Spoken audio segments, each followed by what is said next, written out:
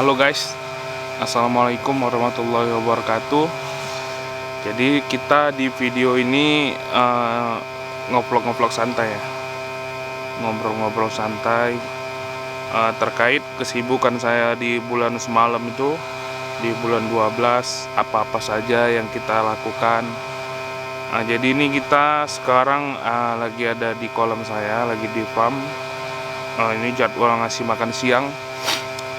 Jadi guys, ini kolam ini ada yang baru ya.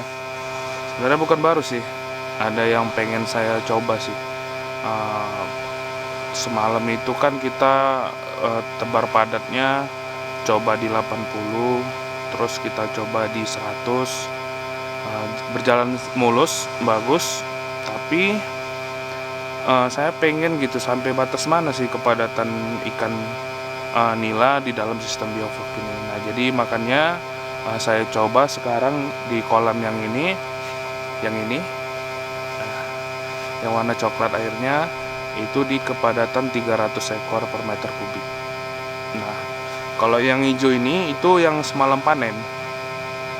Nah, jadi di sini ada kesalahan saya di dalam aerasi ya, manajemen aerasinya udah pas gitu, udah ada hitungan dan ukurannya, tapi outputnya nggak sesuai. Dia ini output dari Uniring yang saya pakai itu nggak bisa keluar di 25 atau 30 liter per meter kubiknya, padahal ini udah banyak loh. Untuk satu ini aja itu 2 meter. Untuk satu ini kan ada 4, berarti ada 8. Nah, itu satunya itu udah 4 meter, maksudnya sudah 2 meter saya pakai, tapi tetap nggak bisa keluar untuk 30 liter.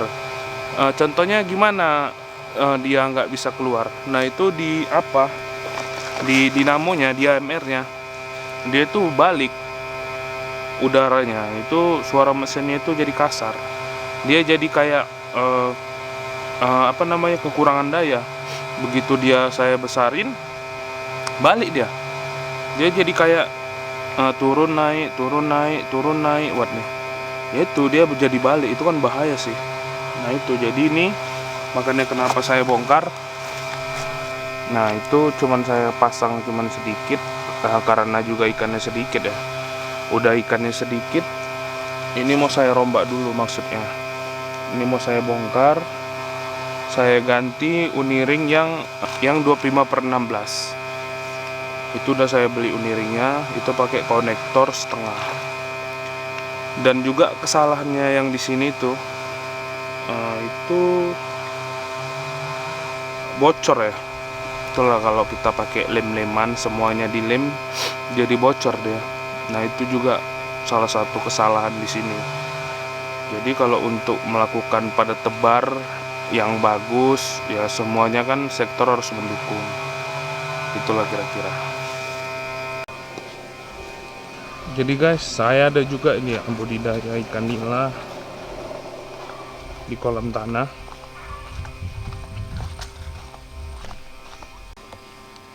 Ini ada yang bibit dari yang udah panen semalam itu, tapi banyak yang benihnya itu dari hasil saya pijah kemarin ya, dari indukan sembarang. Nah, jadi yang kecil-kecil itu dari hasil pijah sendiri. Nah, ini benar-benar nggak monosek. Mau saya coba juga nanti di kolam bioflok. Itu ada kolam batu, ada 2, ukuran kalau volume airnya bisa 5 kubik. Jadi nanti mau kita coba di situ lah. Nah, ini kolam yang nggak terpakai lah. Kemarin saya jadikan tempat indukan ya untuk mijah. Nah, ini ada 2 kolam, cuman belum ada uang untuk produksinya. Karena saya kemarin sempat sebar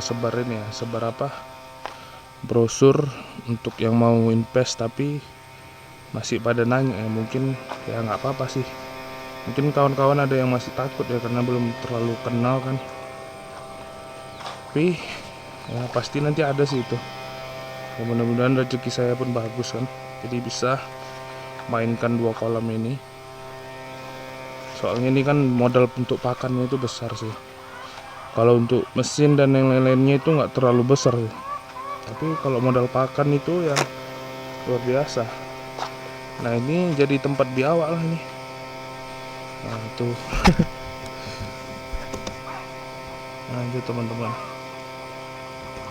Kalau di sini yang banyak biawak. Tapi ya itu.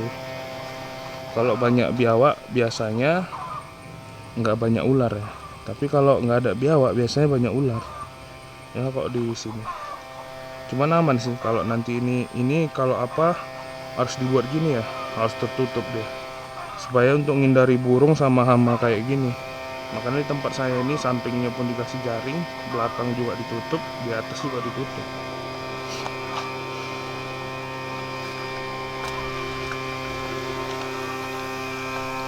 Nah ini yang indukan semalam ya.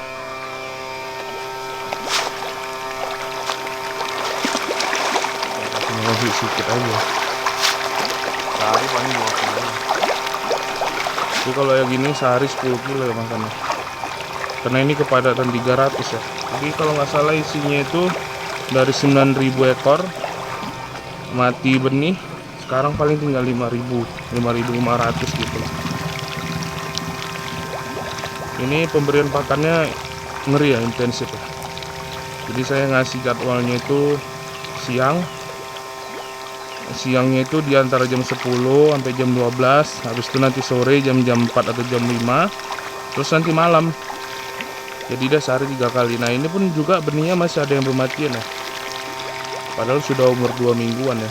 Tapi ini masuk di dalam sistem bioflok itu di tanggal 28 Desember tahun 2021.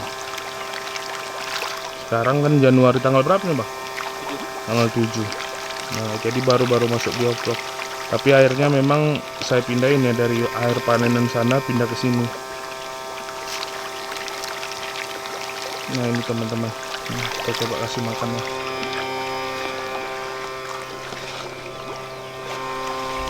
Ini kalau pakan setiap hari itu saya bibis dulu. Ini udah kering ya. Dia itu bibisnya sore nanti untuk pemberian pakan besok atau malam lah kita buatnya. Ini kepadatannya lumayan ya, 300 ya. Saya juga nggak ada rencana 300 ini sampai panen apa enggak, tapi ya kita lihat aja sampai mana dia mampu gitu. Kalau nggak diuji kan nggak tahu. Jadi ini memang masih ada yang mati satu-satu ya, 1-2 ekor. Itu biasanya itu dia seringnya gantung ya, hitam ya. Itu memang kalau yang warna hitam itu tanda-tanda dia ada masalah. Tapi kalau parameter air itu semua bagus. Tapi ya mungkin memang ada benihnya yang satu-satu itu kurang tahan ya untuk adaptasi. Ini bobotnya udah lumayan ya kalau dibilang. Kalau untuk bibit ini memang kalau di 6 bulan, maksudnya kalau di bahkan lama pun kita budidayakan di 5 bulan tuh hampir nggak ada anaknya, benar-benar monosek. Cuman kelemahannya itu dia kematian di awal itu tinggi. Tapi kalau untuk urusan pertumbuhan ya ngeri ya. Kalau kita tebar 45 itu yang kayak kemarin itu bisa panen 100 hari kan, 100 hari lebih sedikit lah. Bisa ukuran 400 gram, ada yang 500 gram satu-satu. Rata-rata yang 400. Adapun paling kecil ya sekilo 300 gram. Kalaupun ada, ini sekarang ini sisa yang sekilo 5, 6, 7, 8. Itu kan bibit yang kedua. Mungkin teman-teman ingat ya, kemarin pernah saya pindahin itu yang dari sini, yang waktu kematian tinggi kan, saya pindahin kemarin jadi 1. Nah ini sisa-sisa yang kecil-kecil itu nggak terjual. Kalau untuk yang semalam itu kita panen udah 200 kiloan. Mungkin ini sisa paling ya 300-an, maksudnya paling tinggal 100-an lah. Kalau pakannya saya hitung 10 sak masih, makanya ya belum dapat target pakannya. Lagi pula juga ikannya sedikit ya. Ya inilah kita coba di siklus ketiga. Ini benar-benar padat ya, 300 ekor. Cuma saya nggak berharap sih bisa sampai panen 300 ekor nih, tapi kita lihat aja. Ini kalau untuk aerasinya, kalau siang-siang gini udah pagi lah, udah jam-jam 10 jam 9 itu saya turunin sedikit untuk apanya, speednya. Tapi nanti kalau sore itu saya naikin lagi. Nah jadi gitulah. Nah jadi teman-teman, untuk yang kepadatan 5.500 ini ya, sekitar 308 meter kubik ini kan itu 18,5 kubik dah, karena dia ketinggiannya cuma 85 cm kalau dirata-ratakan ya. Dia lebarnya 3,5 kali 6,5, kalau yang ini 3 kali 7, tapi dalamnya sama. Nah itu sekitar 18,5 meter kubik ya volume airnya, atau 18,5 ton. Jadi saya isi 5.500 ekor. Kalau untuk sisa yang hidup itu hampir hilang 40%. Tapi karena kematiannya itu di benih, belum masuk pakan, jadi kita nggak terlalu rugi ya, masih oke lah. Terus ini juga teman-teman bisa melakukan manajemen ikannya itu kayak gini ya. Misalnya ini kan untuk kebutuhan 2 kolam nih, jadi teman-teman bisa jadikan 1 kolam dulu. Nah nanti dia hitungannya, kalau kita hitung dia bobotnya 100 gram per ekor, 100 gram maksimal, itu kan paling nggak dia di 30 kilo per meter kubik kan densitasnya, karena kepadatan 300 per meter kubik. Nah jadi nanti di ukuran 100 gram misalnya, nah itu teman-teman bisa jadikan 2 kolam. Nah jadi dia teman-teman kan hemat, jadinya hemat listrik selama 1 bulan. Harusnya dari awal itu jalan 2 kolam, cuman jalan 1 kolam, jadi kan benar-benar hemat sih, kan lebih bagus gitu. Tapi ya memang perawatan dari ikan kepadatan 100 sampai 120 dengan kepadatan 300, walaupun dari awal itu level kesulitannya benar-benar kayak langit dan bumi ya. Kalau pemberian sumber karbon saya tetap 3 hari sekali. Kalau untuk ikan itu, ikan yang agak kecil gini, itu pengapurannya saya lebih sering ya. Dia seminggu itu bisa 2 kali, kadang bahkan bisa 3 kali ya, kalau misalnya ada hujan, ada pembuangan hujan. Kenapa kalau nggak hujan itu bisa 2 kali, tapi kalau ikan besar nggak gitu. Kenapa bisa gitu? Nah jadi waktu kita pemberian kapur itu kan kita pemberian kalsium, magnesium, karena kebetulan saya menggunakan dolomit ya, karena kimia di dalam sumber air saya, dibilang dia gimana ya, dia soft water ya, dia benar-benar kesadaannya rendah, TDS-nya cuma 50 ppm karena ini sumur dalam. Terus pH-nya juga udah normal, jadi kan pengapuran itu dilihat dari kadar kimia dalam air teman-teman. Habis itu dilihat juga dari dosis kapurnya itu berdasarkan pH dan alkalinitas teman-teman. Jadi kalau di tempat yang lain, misalnya di tempat teman saya, nanti kita ke sana, kalau di sana itu alkalinitasnya itu udah tinggi sumber airnya, jadi kita nggak pakai kapur di awal. Dan selama 1 minggu kita nggak pakai kapur, ya airnya itu tetap stabil, tapi alkalinitasnya itu tetap terus turun ya. Namanya alkalinitas kan dimanfaatkan sama bakteri, sama plankton ya, jadi ya pasti dalam masa budidaya alkalinitas itu turun kan. Nah jadi begitu seminggu itu baru kita mulai kasih kapur dolomit. Nah gitu teman-teman, jadi ada masanya teman-teman bisa nggak pakai kapur di awal, kecuali sumber air teman-teman tuh udah tinggi alkalinitasnya gitu ya teman-teman. Jadi nggak bisa, padahal kita sama satu daerah kan, tapi bisa, maksudnya sama-sama di Kabupaten Asahan, tapi bisa di tempat saya sama di tempat teman saya itu beda kandungan airnya. Nah itu salah satu keunikan ya. Jadi kita nggak bisa gitu menebak kita pakai kapur apa. Jadi setiap daerah itu nggak bisa disamakan. Bahkan kita satu daerah aja kita nggak bisa samakan metodenya. Penambahan kapurnya nggak bisa kita samakan gitu. Kita juga harus melihat kimia air kita. Nah itu kan udah pernah sih saya share. Kita ukur dulu kimia air kita pakai yang strip test yang 7-in-1 itu. Nah itu juga di di grup saya itu selalu ya saya saranin teman-teman. Mungkin teman-teman yang di grup juga banyak yang nonton ya. Pasti ya kita setiap hari hampir sering sharing masalah budidaya ini. Bahkan ya yang nggak menyinggung biovlog juga kita sering bahas kan. Tapi memang menarik sih. Saya sih senang sih berbagi kepada teman-teman apa yang saya tahu.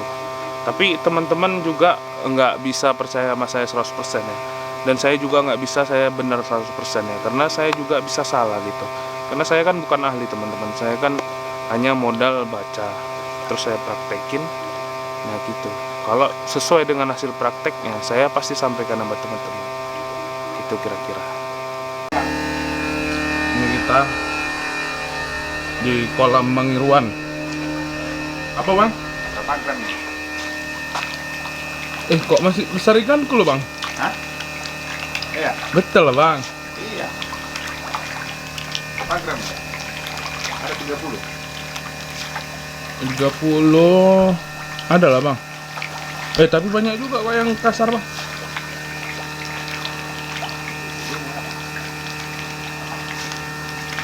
Ini pompa yang membeli ya? Ya. Sedap. Banyak besar bang. Besar lah. Tapi pahit juga. Full. Ini dia geng. Aku mau ngasih tahu bibit yang bagus pun nggak bisa sama kalian karena kami pun dapat bibit nggak bagus juga ya kan bang? Cor. Dari berapa bang? 5.500. 5.200. 5.200 tinggal 3.000. Ribuan. Nah, tempat aku 9.500 tinggal 5.500. Cor 50%. 50%. Tapi memang kematiannya di awal memang, ya kan bang? Dan ini pun masih ada juga nya mati satu-satu.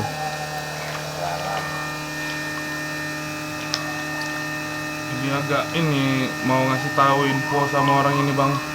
Milih bibit yang bagus ya, pening awak. Awak aja belum dapat kan bang. Tapi kalau pertumbuhannya bagus memang. Kayak tempat Bang Andre semalam dari Siantar ya kan bang.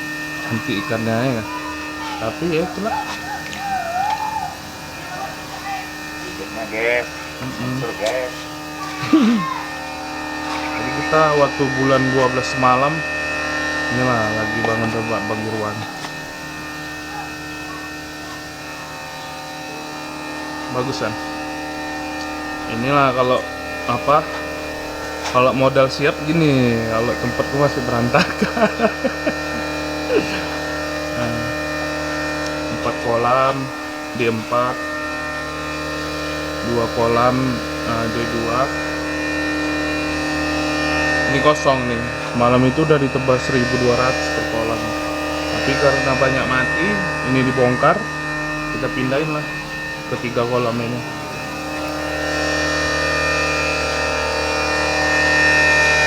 Ini berapa bang? Sedikit ya bang? Ini 100. Iya. 120 kan. Ini ruang mesinnya. Ini pakai SC AMR 500 Dynamo 2 HP. Pakai inverter. Udah nggak usah dibuka. Ini di rumah.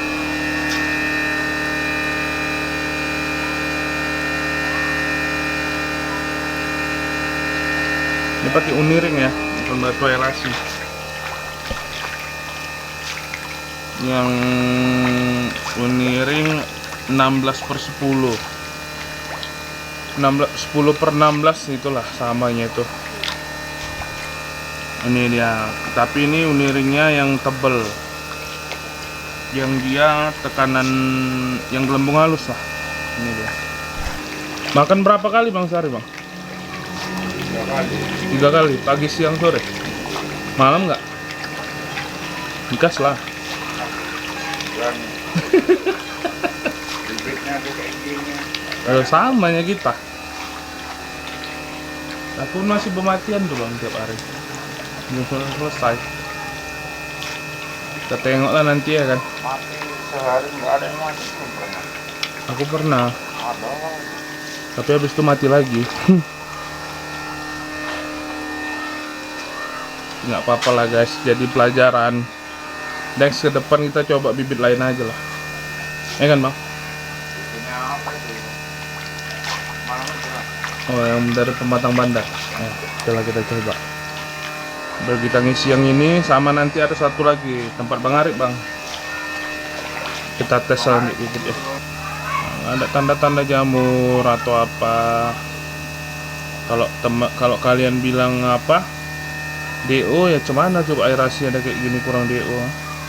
Ikan juga masih kecil, kepadatannya juga sedang. Nah, kayak gini lah dia mati yang cantik, nggak tahu kenapa. Kalau ku bilang sih kata orang itu memang ikan monosek itu agak ini ya bang, apa namanya, nggak tahan lumpur. Ada juga di situ. Iya, kalau ku bilang gitu dia nggak tahan lumpur gitu loh kata orang itu. Satu siklus baru nih. Ini vlog. Berapa lamanya ini abang genah? Kayak dari pagi nih kayaknya. Udah ngambang lah. Udahlah. Inilah dia vlognya kan. Nih jernih. Ah, beginilah kalau vlog yang bagus. Ini juga karena shadingnya Bang Irwan bagus. Dia rapat, dia kerapatan 85% apa 80. Jadi dia nggak banyak plankton nah. Airnya pun nggak hijau. Kalau nggak ya hijau ini. Beda kan. Ini ada lumutnya sama. Tapi masih tergulung bang, berarti masih dominan apa? Karena beda yang misalkan. Ya lebih dominan bakteri masih, walaupun dia hijau, tapi tetap tergulung dia. Ini 85 kalau kan. Itu limpul maaf. Oh iya, itu kayak punya aku itu bang. Oh enggak. Jarang. Iya. Iya, dia gini lah kalau teman-teman mau milih paranet kan. Yang kerapatan 80 85 apa yang kayak gini ya. Ini abang beli di mana? Di apa itu? Panganan itu. Ah, ini sama kayak punya aku nih, kerapatan 70 bang. Limpul bang. Limpul. Itu tulisannya ada limpul.